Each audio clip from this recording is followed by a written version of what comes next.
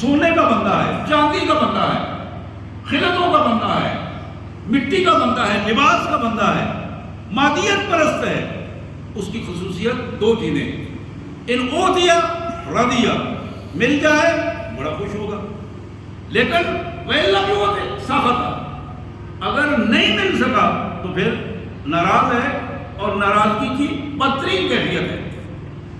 حضور نے فرمایا تعیش بنتا کا شک، ایسا بندہ لعنت ہو اس پر کہ جس نے اپنے آپ کو دنیا میں مبتلا کر دیا ہے، اور اس کی حالت یہ ہے کہ اگر اس کے پاؤں میں کانٹا چبھ جائے اور وہ نہ نکل سکے، اس کی کوششوں کے باوجود وہ نہ نکل سکے، تو وہ کانٹا ہی اس کے لیے ذلت اور رسوائی اور تباہی کا باعث بن جائے گا۔ پھر آپ نے فرمایا لوگوں ہلکا یبن آدم الا ما اکلت وافنیت، یہ مسلم شریف کی حدیث کے دوسرا ٹکڑا ہے۔ پہلے الفاظ بخاری کے تھے، یہ مسلم کے الفاظ ہیں۔ اے اولاد آدم، تمہارے لیے وہی کچھ ہے جو تم نے کھایا اور ختم کر لیا۔ جتنا رزق کھایا اس دنیا میں رہ کر، وہی تمہارے کام کی بات ہے، اور کس انداز میں کھایا۔ او لبست ما بلیت، تمہارے لیے وہی کچھ ہے جو تم نے پہنا اور اس کو پرانا کر دیا، پہن کے ختم ہو گیا۔ وتصدقت فامسیت، لیکن حقیقت تمہیں بچائیں، اصل تمہارا مال وہ ہے جو تم نے اللہ کی راہ میں خرچ کیا، فامسیت، اور اس نے تمہیں محفوظ کر دیا۔ یہ وہ مال ہے جو تم نے اپنے لیے محفوظ کر دیا، جو کھا کے ضائع کر دیا، جو پہن کے پرانا کر دیا، وہ معاملات سارے دنیا میں رہ گئے، لیکن جس مال کو تم نے اللہ کی راہ میں خرچ کیا، اللہ کی رضا کے لیے خرچ کیا، وہ مال تمہارے لیے کل تمہاری متاع ہے اور تمہارے لیے نجات کا باعث بنے گا۔ رسول کریم صلی اللہ علیہ وآلہ وسلم کی ایک دوسری حدیث جو بخاری اور مسلم میں جناب عمر بن عوف رضی اللہ تعالیٰ عنہ کی یہ روایت فرماتے ہیں کہ نبی رحمت صلی اللہ علیہ وسلم نے فرمایا فواللہ للفقر اخشى علیکم ولكن اخشى علیکم ان تبسط علیکم الدنیا کما بسطت علی من کان قبلکم فتنافسوها کما تنافسوها وتہلککم کما اہلکتم۔ اللہ کی قسم، یہ جملہ کہنے سے پہلے حضور نے قسم اٹھائی، فواللہ، اللہ کی قسم، مجھے اس بات کا تم سے ڈر نہیں ہے کہ تمہیں محتاجی ہوگی، فقر ہوگا، کمزوری ہوگی، دولت نہیں ملے گی، پیسہ نہیں ملے گا، اس کا مجھے خدشہ نہیں ہے۔ خدشہ یہ ہے، خوف یہ ہے، ولیکن اخشى علیکم ان تبسط علیکم الدنیا، اللہ تعالیٰ تم پر دنیا کو وسیع کر دیں گے، کھول دیں گے، دنیا کے دروازے تمہارے لیے کھلیں گے، اور دنیا کھلے انداز میں تمہیں ملے گی، خوشحالی ملے گی۔ کما بسطت علی من کان قبلکم، بالکل اسی طرح جس طرح اللہ نے اپنے پہلے نافرمانوں پر دنیا کے دروازے کھولے تھے اور انہیں کافروں کو، مشرکوں کو، نافرمانوں کو کھلی دنیا کا رزق عطا کیا تھا۔ فتنافسوها کما تنافسوها، تم بھی اسی طرح دنیا کی طرف لپکو گے جس طرح پہلے لوگوں نے دنیا اکٹھی کی تھی، اور دنیا کے لیے وہ ہمیشہ اپنے لیے سب سے زیادہ اہم اس کو سمجھتے تھے، اور اسی کے لیے انہوں نے اپنا وقت اور صلاحیتیں صرف کی۔ حضور نے فرمایا وَتَهْلَكُكُمْ كَمَا أَهْلَكْتُهُمْ، اللہ تمہیں بھی اسی طرح ذلیل و رسوا کر کے تباہ و برباد کر دے گا جس طرح اس نے ان کو سزا دی تھی اور ان کو تباہ و برباد کیا تھا۔ حضرات، نبی رحمت محمد کریم صلی اللہ علیہ وسلم نے اپنے لیے اپنی ذات کے لیے، اپنی فیملی کے لیے جو دعائیں کی ہیں.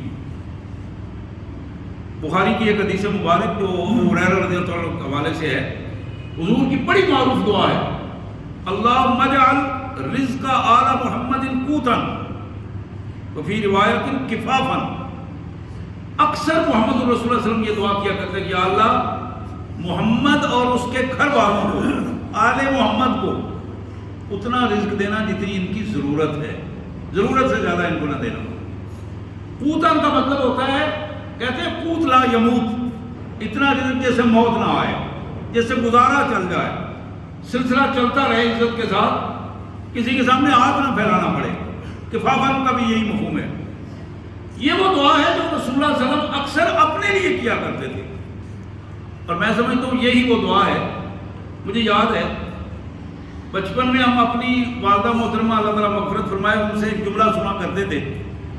وہ اکثر یہ دعا کیا کرتی تھی کہ یا اللہ ہمیں اتنا نہ دینا کہ جس سے تو بھول جائے. یہ دعا میں نے کئی دفعہ سنی اپنی والدہ محترمہ سے، اور آپ اسی طرح اپنے گھروں میں بھی آپ بڑے بزرگوں سے اس قسم کی دعائیں سنتے رہتے ہیں.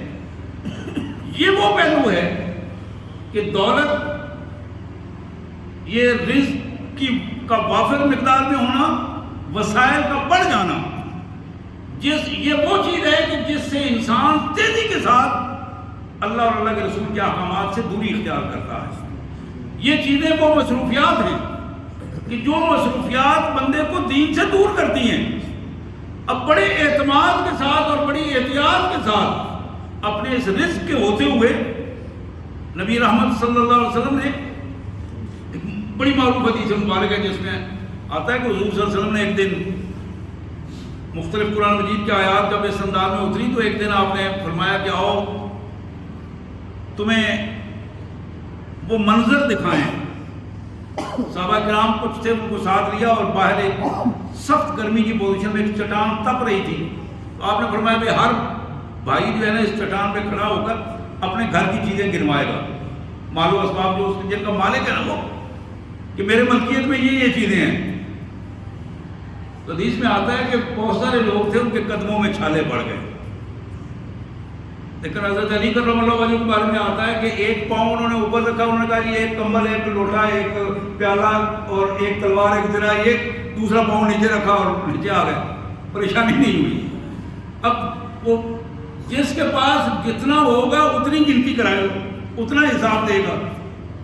جس کے پاس جتنا کم ہے وہ اس کا حساب کم ہوگا، جتنا زیادہ ہے اتنا حساب ہوگا. اللہ کے رسول صلی اللہ علیہ وسلم نے ارشاد فرمایا، یہ حدیث بھی مسلم شریف کی حدیث ہے. آپ نے فرمایا کہ یقول العبد مالی مالی ان مالہ من مالہ ثلاث.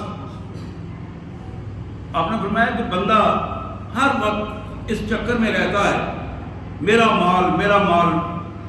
وہ فیکٹری جانا ہے جی، وہ زمینوں پہ جانا ہے، جو ڈیرے پہ جانا ہے، وہ دودھ کے لیے جانا ہے، وہ فلاں کام کے لیے جانا ہے، وہ مالیہ سیدھا کروانا ہے. وہ عجیب قسم کے معاملات ہیں جو سلطنتوں کے ہوتے ہیں، اور اپنی ذاتی معاملات اور مختلف محکموں میں. اب بندہ بھاگ دوڑ کرتا رہتا ہے اپنے اس سرمایہ کو بڑھانے کے لیے اور بچانے کے لیے. میرے آقا صلی اللہ علیہ وسلم نے فرمایا کہ بندہ یقول العبد مالی مالی، یہ الفاظ میرا مال میرا مال، میں نے اتنا کمایا، اتنا بینک بیلنس بن گیا، شیٹیں آتی رہتی ہیں. اب وہ روزانہ کے حوالے سے وہ دیکھتا ہے اور اس پہ ایک اندر ہی اندر ایک خوشی محسوس کرتا ہے کہ اتنا بڑھ گیا ہے، اتنا اس میں اور شامل ہو گیا ہے. آپ نے فرمایا کہ ان مالہ من مالہ ثلاث. یہ جو بندے کے پاس مال ہے نا، اس کی تین قسم کی کیفیات ہیں. ما اکل فافنا، جو اس نے کھایا ختم کر دیا.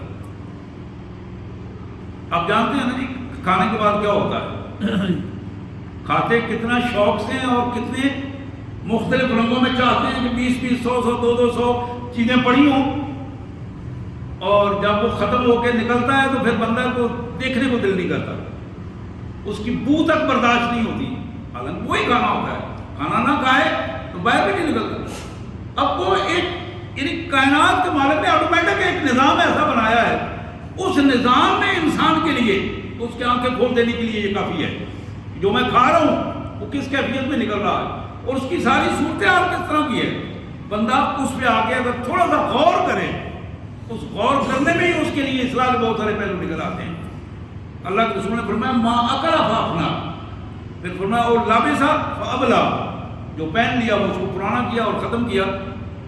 پھر فرمایا او آتا فاقتا، جو اللہ کی راہ میں دے دیا. اب یہ وہ بچت ہے اس کی، جس بچت کو لے کر، جس سرمایہ کو لے کر وہ قبر میں جا رہا ہے اور اس سے آگے اس نے وہی سرمایہ اس کے کام آئے گا. پھر فرمایا وما سوا ذالک فہو زاہد وتارکہ للناس، اس کے علاوہ جو کچھ ہے، کھانے پہننے اور اللہ کی راہ میں دینے کے علاوہ جو کچھ ہے، وہ چھوڑ کر جائے گا پیچھے اولاد کے لیے، وارثوں کے لیے، بچوں کے لیے، بیوی کے لیے. اب جو چھوڑ کے جا رہا ہے اس سے وہ بچے، بیوی، خاندان والے، وارث کیا کرتے ہیں؟ جس وارث نے اس کے چھوڑے ہوئے پیسے سے جو برائی کی ہوگی اس کا حساب اسے دینا پڑے گا. قبر میں اس سے پوچھا جائے گا، حشر میں اس سے پوچھا جائے گا کہ تم نے کس کس انداز میں یہ پیسہ اکٹھا کر کے اپنے بچوں کے لیے چھوڑ کے آئے تھے. بڑی فکر تھی تمہیں کہ آج میرے پاس 10 کنال زمین ہے، یہ 10 ایکڑ ہو جائے. آج میرے پاس 2 باغ ہیں، یہ 4 باغ بن جائیں. ایک فیکٹری ہے، 2 فیکٹریاں بن جائیں. یہ فکر کرتے رہے. ایک مکان ہے، یہ 10 مرلے کا ہے، یہ 20 مرلے کا ہو جائے. ایک بڑا فارم ہاؤس بن جائے. ان چکروں میں تم پڑے رہے اور تمہیں پتا ہے کہ تمہاری وجہ سے تمہاری اولاد بے حیائی، عریانی، فحاشی کا نمونہ بنتی رہی. تمہاری وجہ سے تمہاری اولاد نے یہ سارے سلسلے شروع کیے. آج جہاں وہ مجرم ہے اسی کیفیت میں آج تم بھی مجرم ہو. مجھے وہ واقعہ یاد آ رہا ہے کہ حضرت عمر رضی اللہ تعالیٰ عنہ نے حج کے موقع پر کعبۃ اللہ کے باہر جب احتساب کرتے تھے تو ایک دفعہ ایک شکایت ملی جناب عمر بن عاص رضی اللہ تعالیٰ عنہ کے والے سے، جو گورنر تھے. ان کے بیٹے کے والے سے شکایت ملی. ایک فرد نے شکایت کی، حضرت مجھے اس نے اتنے کوڑے مارے ہیں اور بلا وجہ مارے ہیں. آپ نے بلایا اس بچے کو. گورنر کا بیٹا حاضر ہوا، پوچھا، بات ثابت ہوگی کہ بلا وجہ اس نے مارا ہے اور اپنے اسی روک دام کے چکر میں یہ سارا کچھ ہوا کہ چودھری صاحب ہیں، وڈیرا صاحب ہیں، گورنر صاحب کے بیٹے ہیں، وزیر اعظم صاحب کے بیٹے ہیں، فلانے کے سالے ہیں اور فلانے کے بہنوئی ہیں، فلانے کے دوست ہیں.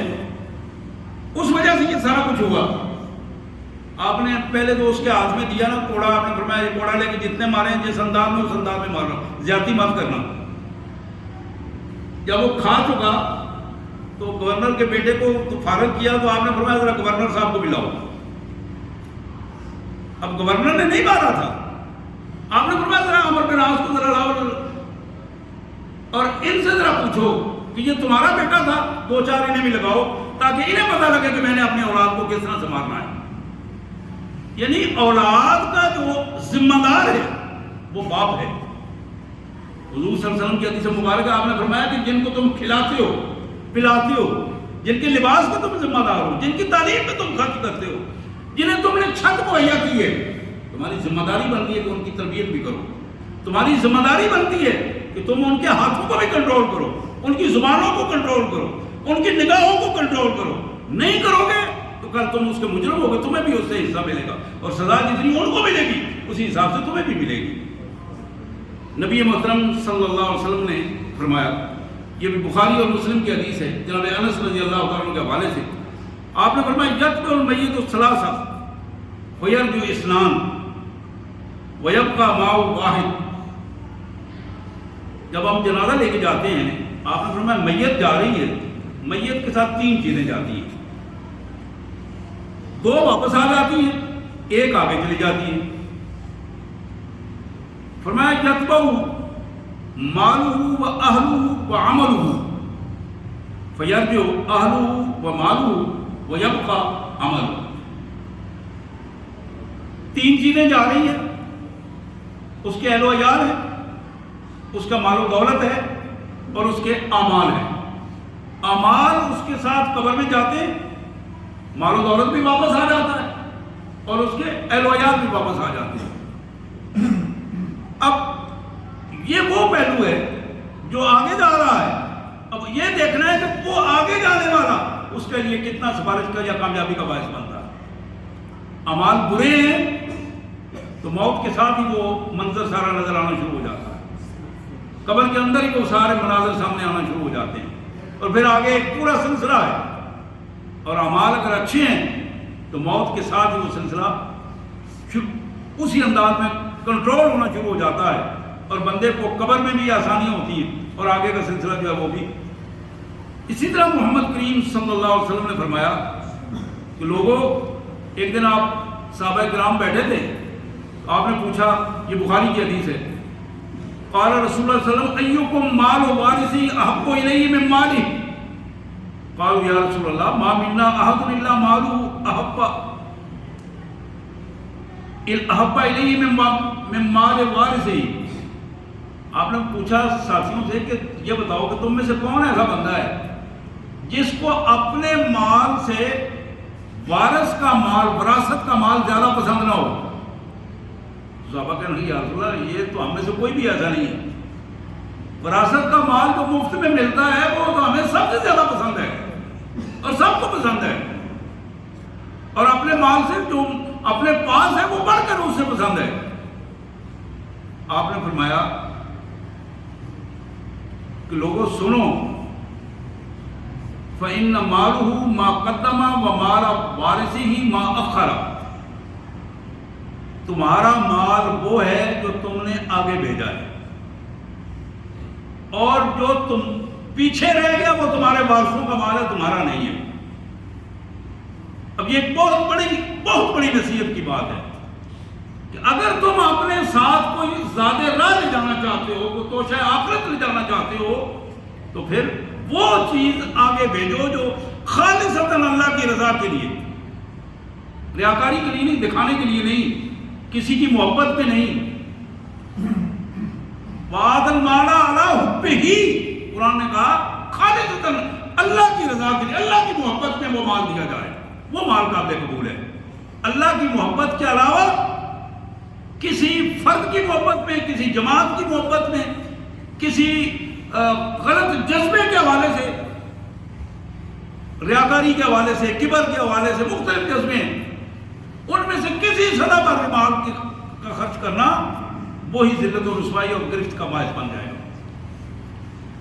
اللہ کے رسول صلی اللہ علیہ وآلہ وسلم نے فرمایا، یہ مسند احمد کی ایک روایت جناب ابو ہریرہ رضی اللہ تعالیٰ عنہ کے حوالے سے، قال رسول اللہ صلی اللہ علیہ وسلم ان اللہ یقول لابن آدم تفرغ لعبادتی املا صدر کا غنن.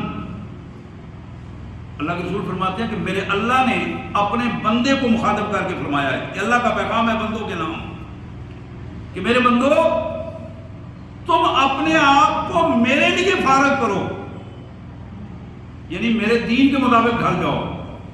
تمہارا سونا، اٹھنا، جاگنا، بیٹھنا، تمہاری خوشی، غمی میری مرضی کے مطابق، میرے دین کے مطابق ڈھل جائے. حضور اللہ تبارک و تعالیٰ نے فرمایا کہ املا صدر کا غنن، میں تمہارے دل کو، تمہارے سینے کو بے پرواہ کر دوں گا، تمہیں کسی کی پرواہ نہیں رہے گی، دنیا میں تم مطمئن ہو جاؤ گے، اتنا دوں گا تمہیں. وَأَصَدُّ فَقْرَكَ، اور میں تمہاری محتاجی کے راستے میں رکاوٹ بن جاؤں گا، یعنی تمہیں محتاجی نہیں آئے گی.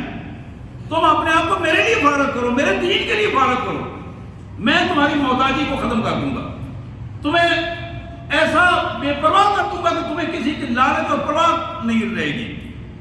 پھر فرمایا وَإِلَّا تَفْعَلْ مَلَأْتَ يَدَكَ شُغْلًا، اگر تم اپنے آپ کو میرے لیے فارغ نہیں کرتے ہو، میرے دین کے لیے تمہارے پاس وقت نہیں ہے، میری اطاعت کے لیے تمہارے پاس وقت نہیں ہے، میرے رسول کی سنت پر عمل کرنے کے لیے تمہارے پاس وقت نہیں ہے، تو پھر یاد رکھو میں تمہارے ہاتھ کو اتنا مصروف کر دوں گا کہ تم دن رات کمائی میں ہی لگے رہو گے، اس چکر میں ہوگے کہ کسی نہ کسی طریقے سے پیسہ آئے اور میں اسی چکر میں رہوں.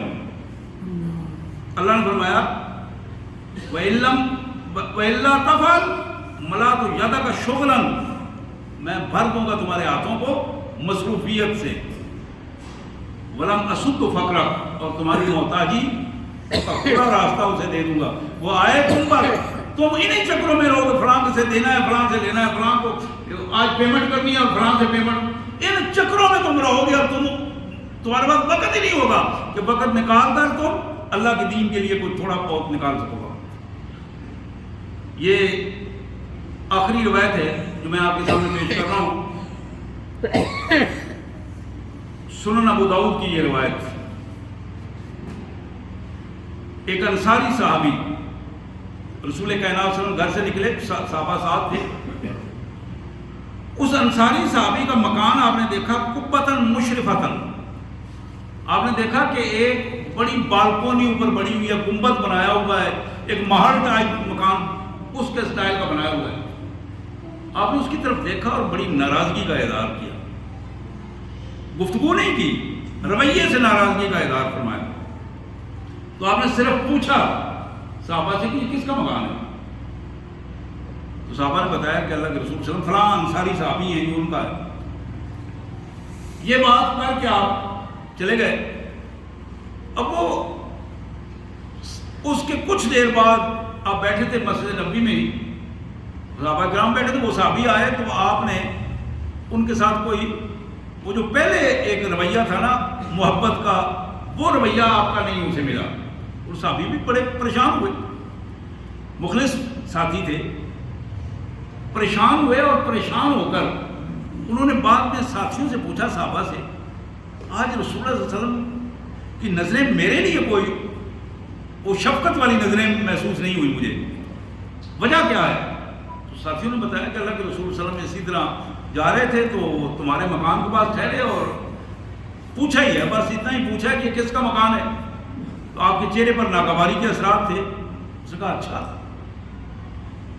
اب ذرا غور کیجئے، اس دور میں بھی اگر سینکڑوں نہیں تو ہزاروں تو لگائے ہی ہوں گے اس نے اتنا کچھ کرنے کے لیے. وہ بندہ وہیں سے گیا ہے، مستریوں کو بلایا، خود ساتھ لگا. پہلی فرصت میں وہ سویا تب ہے جب مکان کو صفایا کر دیا، صفایا کر دیا، خالی پلاٹ بنا دیا، یہاں تک کہ ملبہ تک وہاں سے غائب کر دیا.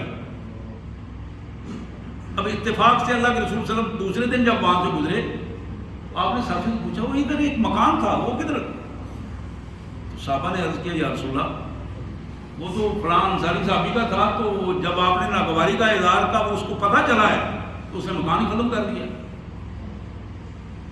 اللہ کے رسول صلی اللہ علیہ وسلم نے ایک جملہ ارشاد فرمایا، فرمایا ان کل بناء وبال علی صاحبہ الا مالا یعنی الا مالا بد منہ.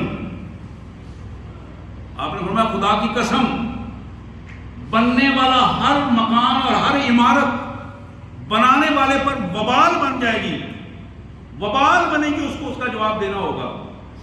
وہ عمارت، وہ بلڈنگ، وہ گھر، وہ دکانیں، وہ محلات جو اس نے تیار کیے ہیں جو اس کی ضرورت سے زیادہ ہوں، الا مالا بد منہ، ضرورت کے مطابق مکان تیار کیا ہے. 10 کمروں کے گھر میں ضرورت ہے، 10 مصروف ہیں، اس میں کوئی حرج کی بات نہیں ہے. 3 کمروں کے مکان کی ضرورت ہے، اس کوئی حرج کی بات نہیں ہے. پورے ایکڑوں کے مکان میں ایک بندہ رہ رہا ہے، اور اس کے مکان کے ارد گرد لوگ جھگیوں میں رہ رہے ہیں، اسے اس کا ادراک نہیں ہے. حضرات یہ وہ پوزیشن ہے جو دین نے ہمارے سامنے رکھی ہے. اور آج ہماری خواہشات ہیں اللہ کا دین، اللہ کا نظام، لیکن سینکڑوں کنالوں کے اندر ہمارے مکانات ہیں، ہمارے محلات ہیں، فارم ہاؤسز ہیں، بڑے بڑے جزیرے ہم نے پکڑے ہوئے ہیں، اور پھر ہم بڑی خوش قسمتی سے کھلے الفاظ کے ساتھ یہ دعویٰ کرتے ہیں کہ ہمیں اللہ کے رسول صلی اللہ علیہ وسلم کا نظام لانا ہے، اللہ کے پیارے رسول صلی اللہ علیہ وسلم کی مبارک زندگی کو اختیار کرنا ہے. تو کیسے ممکن ہوگا؟ یہی وہ سوال ہے جو میرے اوپر بھی ہے اور آپ کے اوپر بھی ہے، اور ہمارے سارے رہنماؤں کے لیے بھی یہ سوالیہ نشان ہے. اللہ سے دعا ہے اللہ تبارک و تعالیٰ ہماری عاقبت آسان فرمائے اور ہمارے لیے ان مشکلات سے نکلنے کے ذرائع پیدا فرمائے. اور اللہ تعالیٰ مجھے بھی، آپ کو بھی، اور ہمارے ملک کی بھی اللہ تعالیٰ حفاظت فرمائے۔ واخر دعوانا الحمدللہ رب العالمین۔